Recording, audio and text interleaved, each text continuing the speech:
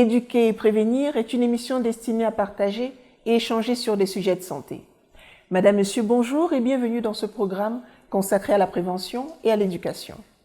Aujourd'hui, nous parlons du diabète.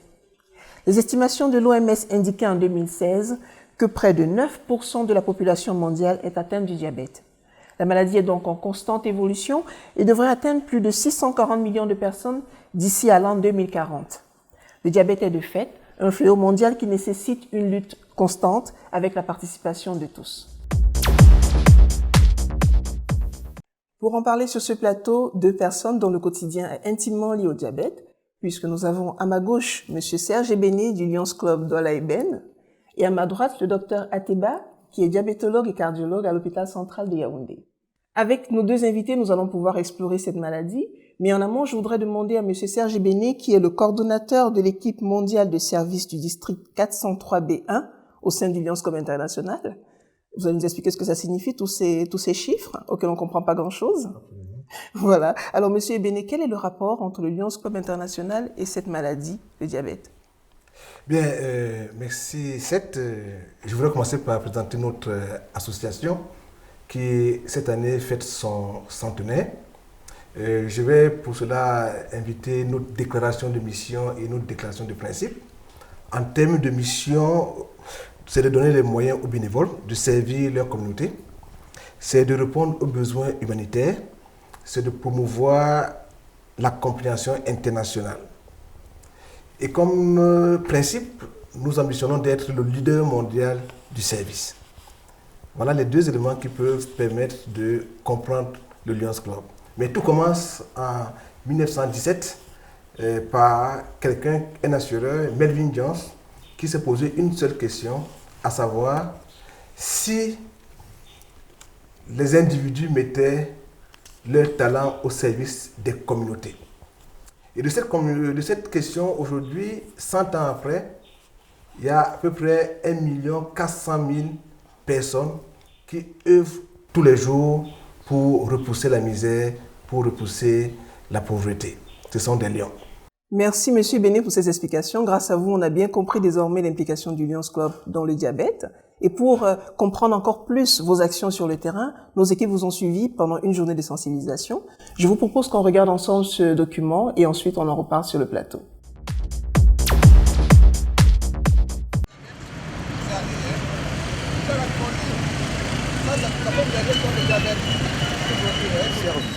Le Lions Club International est la plus grande organisation de clubs service au monde. Il compte plus de 1,4 million de membres repartis dans plus de 46 000 clubs à travers le monde. Ils sont des hommes et des femmes qui rendent service dans plus de 200 pays et aires géographiques. Les lions, comme je vous disais, à travers le monde se réunissent, défilent, font des actions de visibilité pour montrer ce qu'ils sont et pour convaincre ceux qui ne les connaissent pas encore de venir avec nous pour nous prêter main forte par rapport aux œuvres que nous voulons faire. Les Lions constituent un réseau mondial des services rendus par les bénévoles qui font bouger les choses dans leur communauté locale. Vous êtes au foyer d'accueil Les Amis de Jésus. C'est un foyer qui accueille une cible du MINAS, dont les enfants de 0 à 18 ans. Et merci au Lions Club, ceux qui sont venus, ceux qui ne sont pas venus, mes remerciements.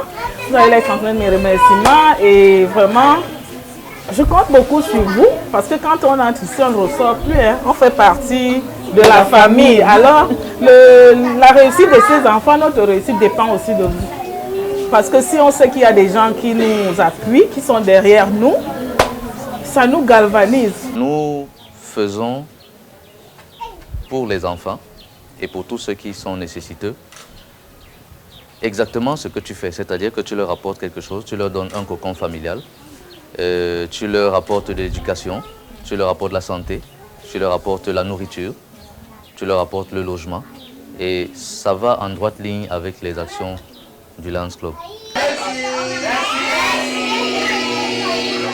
Fondée en 1917, l'association est surtout connue pour la lutte contre la cécité, mais donne aussi à manger aux personnes souffrant de la faim, aide également les personnes âgées et handicapées et défendent l'environnement.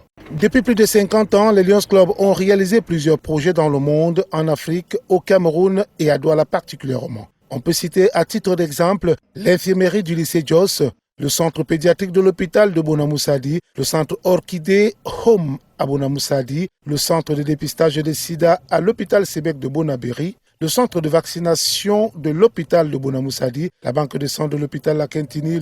L'action majeure, c'est la communication que nous souhaitons faire et surtout faire partager aux populations, aux communautés, ce que nous réalisons et ce que nous sommes prêts à réaliser à leur côté.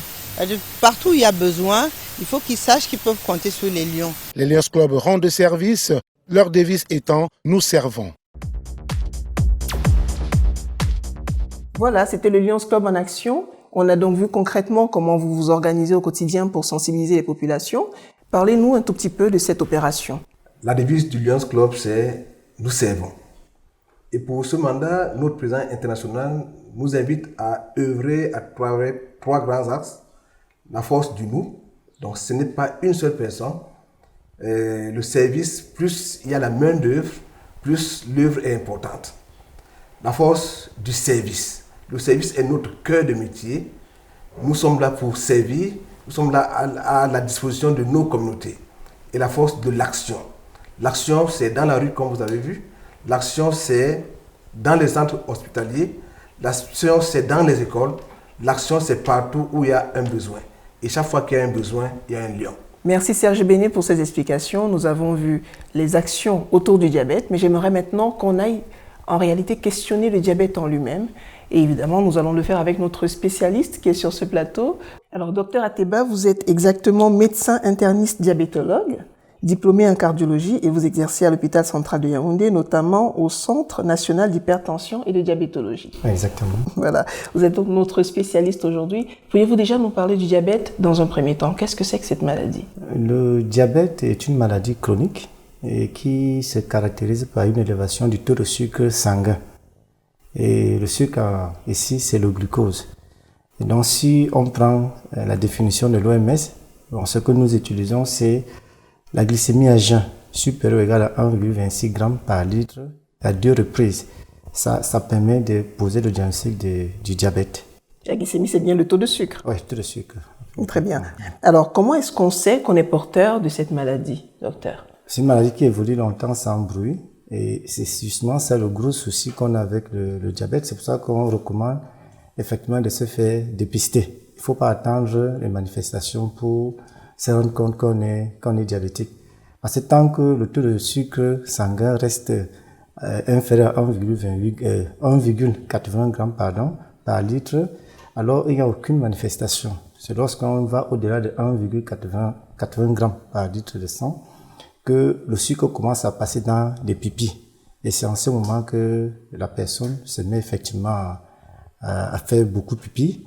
Et en même temps, en faisant beaucoup de pipi, elle se déshydrate. Et c'est ça qui pousse donc à beaucoup boire. Alors, docteur, on entend souvent parler de plusieurs types de diabète. Alors, quelle est la différence? Qu'est-ce que c'est que ces différents types de diabète? Pour mieux comprendre les différents types de diabète, il est important de comprendre le mécanisme qui conduit à la survenue du diabète.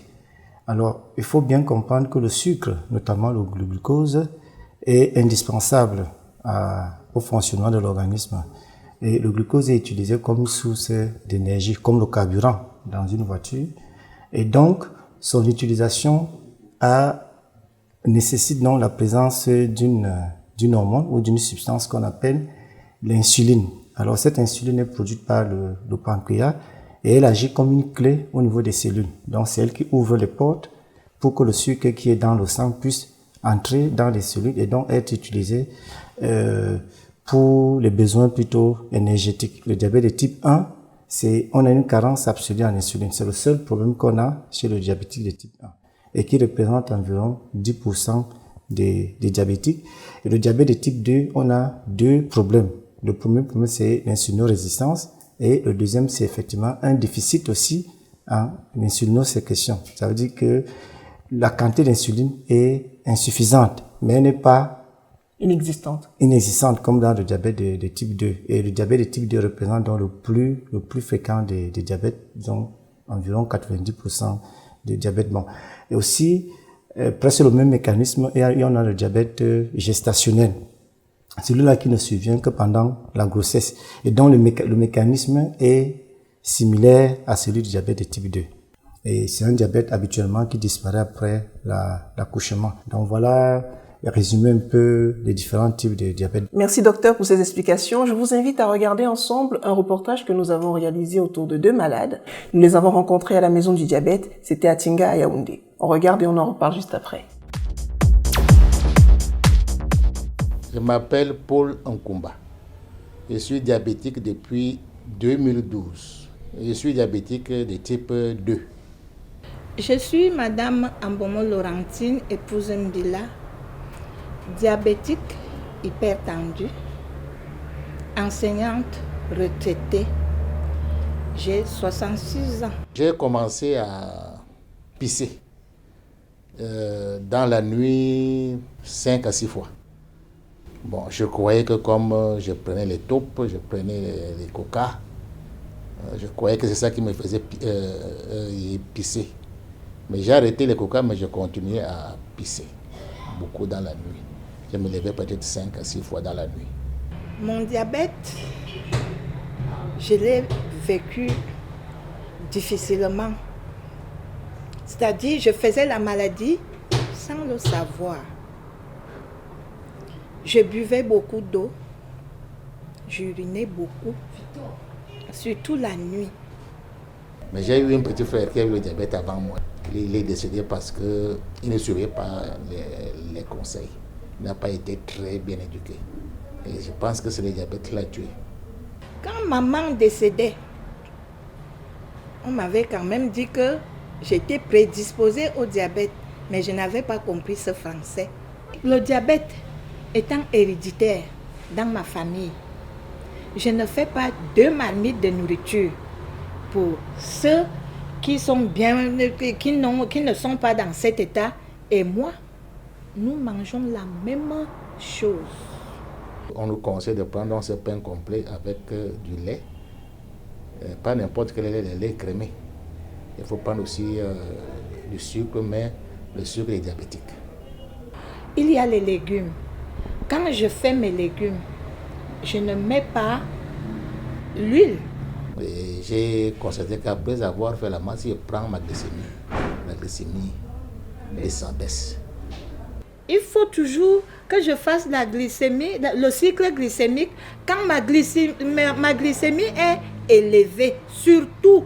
Éviter les sucres rapides comme les taupes, les jus et les bières. Moi, j'ai 64 ans maintenant, j'espère que je vais arriver à 80 avec le diabète, en suivant l'éducation. J'ai compris que le diabète n'était pas une maladie, c'était un état. Ça devient une maladie quand les complications s'installent. Voilà, docteur, nous avons regardé ensemble ce reportage autour des malades et nous avons constaté qu'ils définissent en fait leur maladie comme étant un état qui n'est pas une fatalité. Je pense qu'ils ont parfaitement raison. Parce que je vous ai dit au moment qu'on définissait le diabète que c'est juste un défaut d'utilisation du glucose, du sucre. Donc on en a besoin. Et donc, c'est ce défaut-là, on ne peut pas effectivement dire qu'il s'agit d'une maladie. Normalement, la glycémie à jeun, c'est-à-dire le taux de sucre sanguin à jeun, est comprise entre 0,7 g et 1,1 g par litre de sang.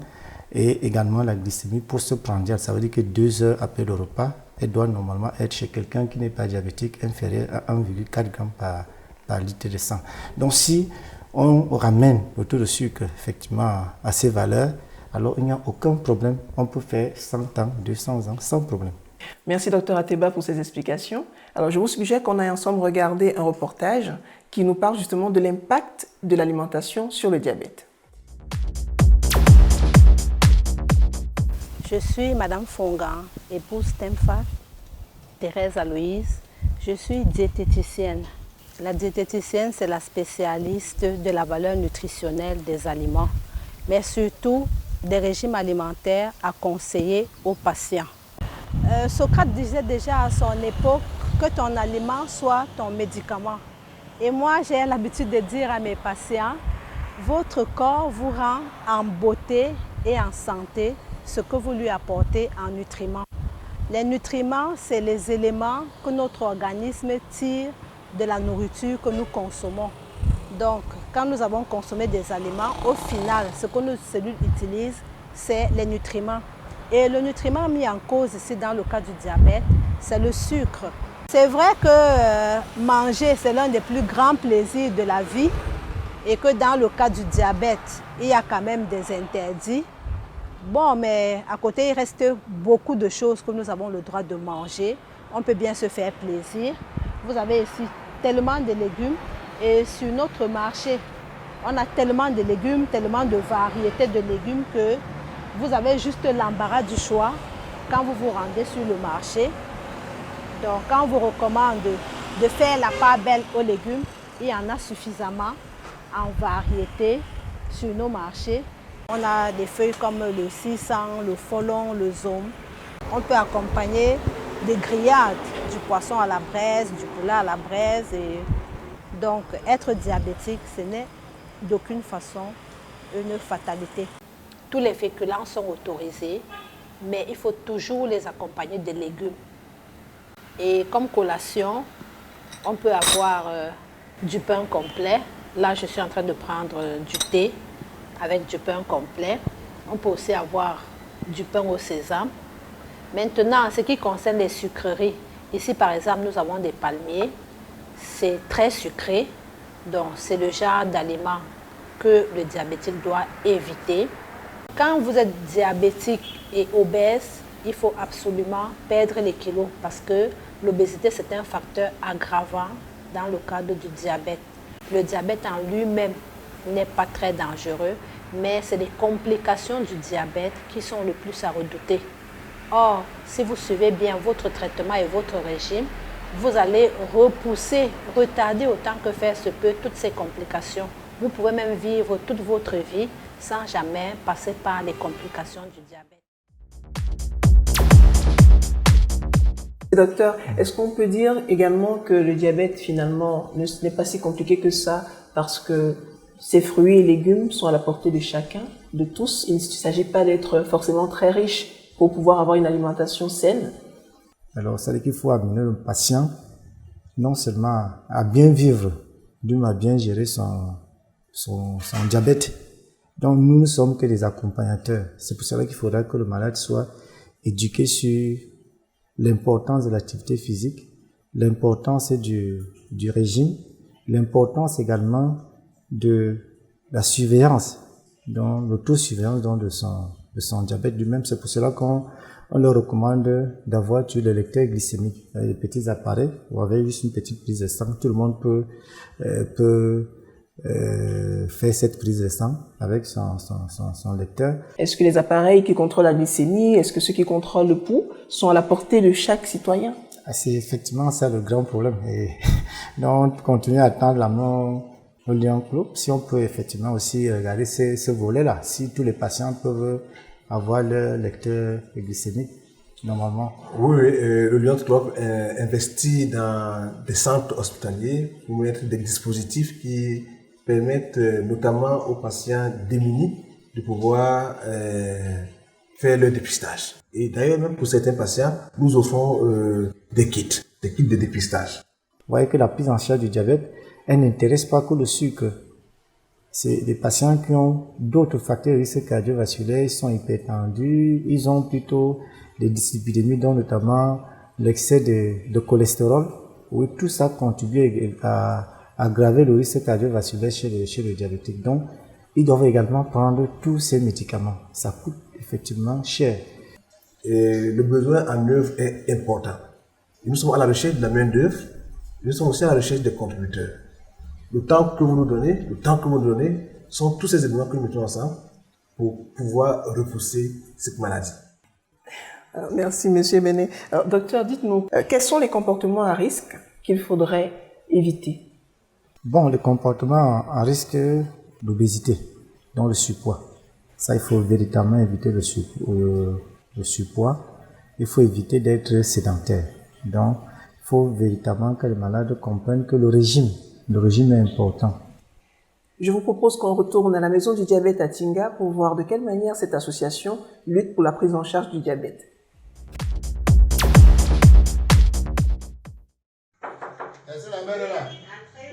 J'ai créé la maison du diabétique en 2009.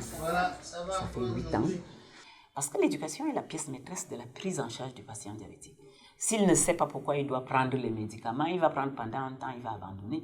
Mais s'il sait que s'il ne prend pas ces médicaments, il mange, la nourriture qu'il mange va se transformer en poison pour créer les complications. Alors il va prendre son traitement et conformément à la prescription. Donc il faut les éduquer. Avant, j'avais des craintes. Parce que normalement, quand on fait pipi chaque jour, on maigrit. On va dire la mort. Mais ici, on nous apprend que le diabète n'est pas une fatalité. Un malade qui arrive pour la première fois doit s'inscrire à l'association. Quand il est inscrit, il est déjà membre de l'association et membre de la maison des diabétiques. On doit s'occuper de lui. Maintenant, s'il faut qu'on contrôle ses paramètres, la seule chose qu'il va débourser en ce temps-là, quand il est déjà inscrit, c'est rembourser la bandelette et la lancette. Donc, il donne une somme de 500 francs. Et alors, on l'initie, on l'accueille, on l'écoute et on lui donne des conseils. Quand Madame Von a commencé à vanter un papa qui avait 43 ans de maladie, je me suis dit, pourquoi pas moi? Le diabétique est son propre médecin. Il doit le savoir parce qu'il y a les décisions que lui-même doit prendre. Donc c'est lui qui doit savoir. Maintenant là, je suis en hyperglycémie. Qu'est-ce que j'ai fait? Est-ce que j'ai pris mon traitement? Est-ce que mon régime n'est pas adapté? Je prends par exemple celui qui est amputé et qui est en brousse. S'il attend venir réajuster ses doses d'insuline auprès de son médecin, mais il va mourir d'hypoglycémie. S'il fait l'hypoglycémie à répétition, il appelle, je lui dis non, enlève 2 unités et puis le problème est résolu. Elle a parlé de 5 petits conseils du traitement, du contrôle glycémique, du régime, du respect des rendez-vous, de l'activité physique. Avec mon âge, je ne dois pas trop forcer, mais je fais quand même une marche rapide pendant au moins 1 heure de temps. On fait le sport en groupe. On va lui dire, voilà les machines, tu peux bouger sur place. Ou encore, on lui dit, en pilant, c'est déjà l'activité physique. Ou bien en écrasant à la pierre, c'est l'activité physique. Il y en a qui ne savent pas que la maison des diabétiques se trouve à Tinga. La maison des diabétiques a fait de moi la superstar. Madame Von m'a délivré le diplôme de père éducateur. Parce qu'elle a vu que je me prends bien en charge, que je m'occupe même des autres, même au quartier, même à l'église, partout où moi je me trouve. On me dit même que je me vante avec mon diabète. Comme super éducateur, je peux éduquer aussi le malade, lui dire exactement qu'est-ce que le diabète, comment il doit se comporter, comment il doit vivre, comment il doit manger. Si quelqu'un dit, bon, l'entrée, moi je n'aime pas manger les oignons crus, je n'aime pas manger la tomate crue, alors qu'en mangeant les oignons crus, ça va m'aider à fluidifier mon sang, en mangeant la tomate, ça va me donner la vitamine A pour les yeux. Si je le sais, je dois faire attention, n'est-ce pas? Un diabétique peut tomber en route. Il faudrait qu'il ait cette carte pour qu'on sache qu'il est diabétique, pour qu'on ne lui fasse pas de n'importe quoi. Notre association, c'est la CADIA, Association camerounaise des diabétiques et d'hypertension. Frères et sœurs, chers Camerounais, le diabète n'épargne personne. Nous vous disons, faites-vous dépister avant qu'il ne soit trop tard. Donc venez apprendre comment vivre avec le diabète et le diabète ne vous fera rien. Merci. Alors, docteur Ateba, quelle est l'hygiène de vie que vous pourriez conseiller aux malades du diabète? Il faudrait que le malade diabétique se fasse lui-même une autosurveillance de sa maladie. d'où l'importance des lecteurs glycémiques, et qu'il respecte également les différents rendez-vous que son médecin lui donne. Également qu'il prenne ses médicaments, qu'il n'abandonne pas les médicaments parce que c'est une maladie, on ne guérit pas. Le traitement consiste tout simplement à ramener le taux de sucre sanguin à des valeurs normales. Alors, docteur Ateba, est-ce le même conseil que vous pourriez prodiguer aux non-malades? Oui, ça sera toujours le même conseil. Je vous ai dit tantôt que par rapport au diabète de type 2, on avait l'inactivité physique et le surpoids qui était véritablement à l'origine de l'insulinorésistance, qui est une des anomalies du diabète de type 2 qui est le plus fréquent. Donc, il faut éviter d'arriver au diabète. Donc, il faut éviter effectivement d'être obèse. Et pour éviter d'être obèse, il faut être physiquement actif. Également, il faut éviter de manger gras. Merci encore, docteur Ateba, pour ces éclairages. Alors, monsieur Serge Ebene, quel est le mot de fin du Lions Club? Il me reste simplement à vous dire merci.